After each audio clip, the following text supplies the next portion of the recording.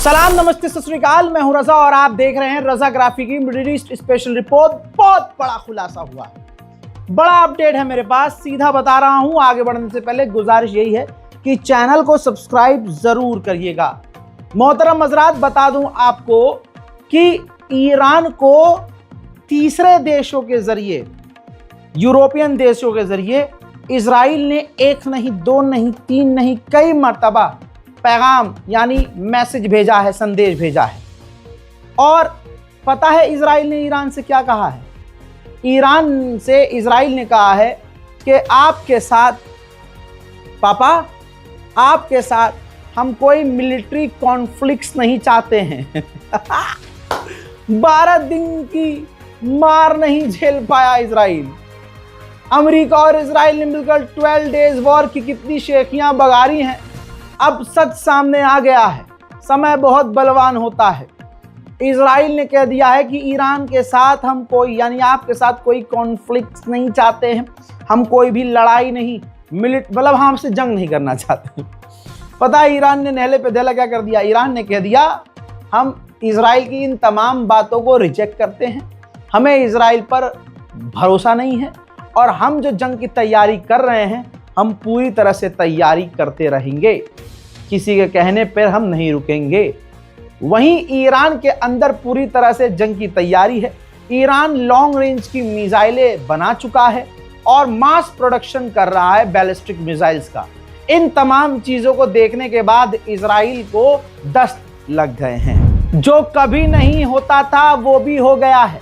China ने Saudi अरब और Iran की जो तकरार थी उसको पहले ही खत्म करवा दी थी। अब तीनों की मीटिंग हुई है, ये रहा सबूत।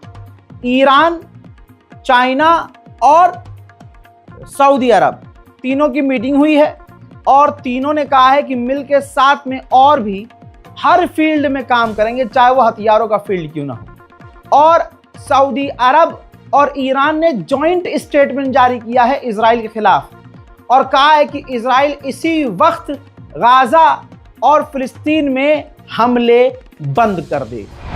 अल्लाह अकबर। अगर ये हो जाए ना कि सऊदी और ईरान एक हो गए, ये मैंने ठंडी सांस ली है ना, ये ठंडापन आप भी महसूस करेंगे। उधर ईरानियन ऑफिशियल ने अब बोल दिया है जो मैंने 3 दिन पहले बताया था और बोला था कि ईरान की सिक्योरिटी कितनी खतरनाक है और हमारे हथियार कितने बेहतरीन हैं, इसी से पता चल गया जब अमेरिका ने हमारे ड्रोन्स को कॉपी कर लिया।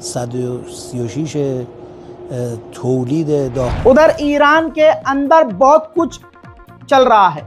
ईरान अगर कहीं पिटा भी है तो इस वजह से क्योंकि अंदर से वो खोखला रहा। अब बहुत बड़ा अपडेट यह है कि ईरान के डिफेंस फोर्स के कमांडर ये हैं जो सेना के कपड़े में हैं और ईरान के एयर फोर्स के कमांडर, डिफेंस के तो पहले वाले थे, ये एयर फोर्स के कमांडर हैं। दोनों को ईरान ने सस्पेंड कर दिया है। दोनों की जगह नया कमांडर तैनात करने की कोशिश की जा रही है। उधर भाई साहब तुर्की का सिक्का चलने ही वाला है। तुर्की ने जो कहा था वो हो रहा है। तुर्की ने कहा था कि हम अपनी फौज गाजा में भेजेंगे। इजराइल ने पूरी तरह से विरोध किया कि हम होने ही नहीं देंगे, गाजा में तुर्की की फौज नहीं आएगी।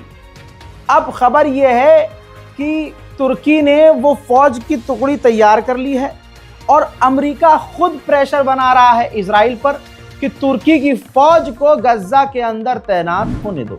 अब इजिप्ट के राष्ट्रपति और नेतन्याहू के बीच दूरी है। अब बात ही नहीं कर, इजराइल से इजिप्ट बात ही नहीं कर रहा है 2.5 साल से डायरेक्ट।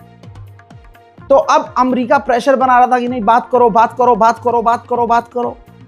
तो अब इजिप्ट ने शर्त रखी है कि इजराइल से हम बात तभी करेंगे जब इजराइल हमसे गैस डील कर ले, यहां भी भाई बिजनेस, और दूसरी शर्त ये रखी कि गाजा के कुछ इलाकों से इजराइल की सेना बाहर निकल जाए। भाई बुरा मत मानिएगा, हाथ जोड़ के बोल रहा हूँ, बड़ी बात से तौबा है। देखिए बड़ी बात बोल भी नहीं रहा मैं, मेरा दिल जो कह रहा है वो, भाई मैं खुद इजिप्ट की सरकार पर भरोसा नहीं करता। आपको है? कमेंट कीजिएगा, शायद मैं गलत हूँ। इधर से हमास का बयान आ गया। हमास ने कहा सीज फायर का सेकंड फेज शुरू नहीं हो सकता क्योंकि इजराइल वायलेशन कर रहा है, और हम हथियार डालने के मुद्दे पर बात कर सकते हैं लेकिन कोई हमें प्रेशर नहीं कर सकता कि हम हथियार डाल दें। इजराइल ने जो नरसंहार गाजा में किए हैं उसके सबूत आज भी मिल रहे हैं। अस्पताल पर बमबारी इजराइल ने की थी।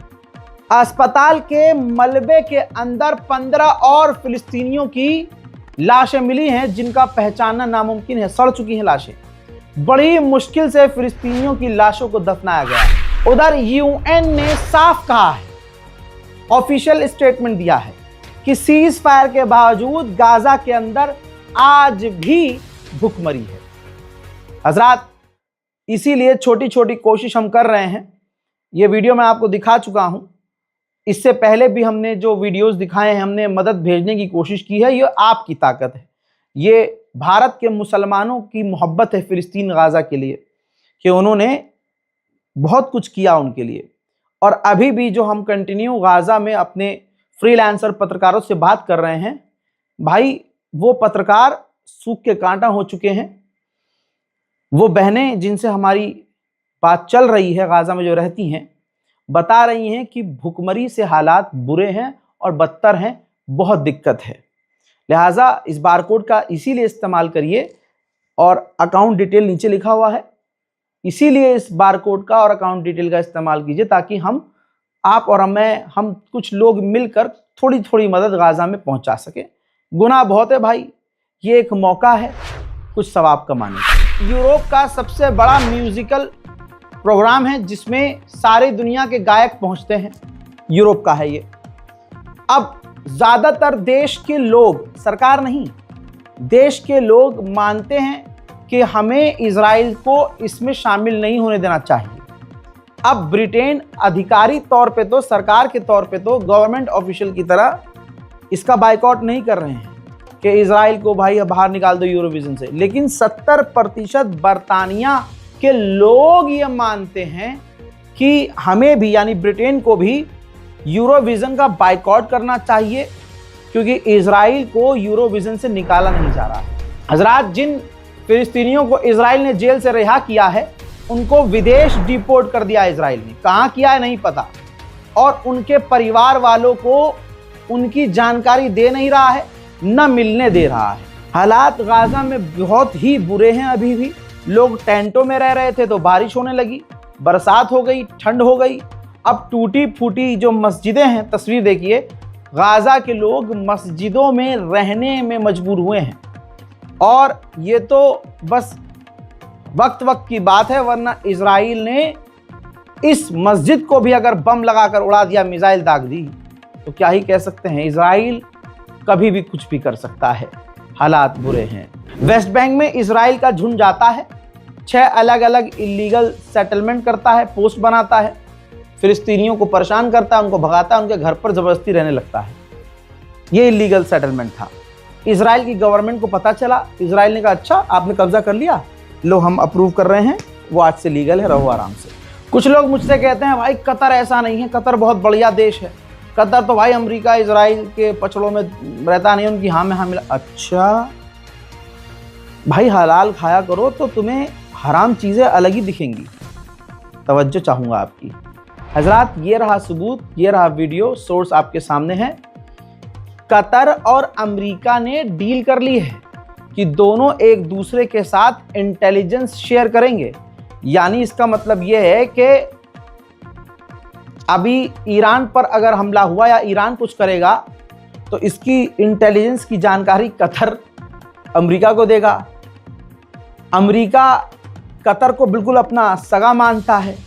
गाजा में जो कुछ भी होगा, हमास के खिलाफ, हिजबुल्लाह के खिलाफ, तमाम जानकारी कतर अमेरिका को देगा। तो आप कैसे कह सकते हैं कि कतर ईमानदार है, कतर मुसलमानों का सगा है। बहरहाल ये हालात मिडिल ईस्ट के कितने ख़राब हैं आप सोच नहीं सकते। इस रिपोर्ट को शेयर करना बिल्कुल मत भूलिएगा।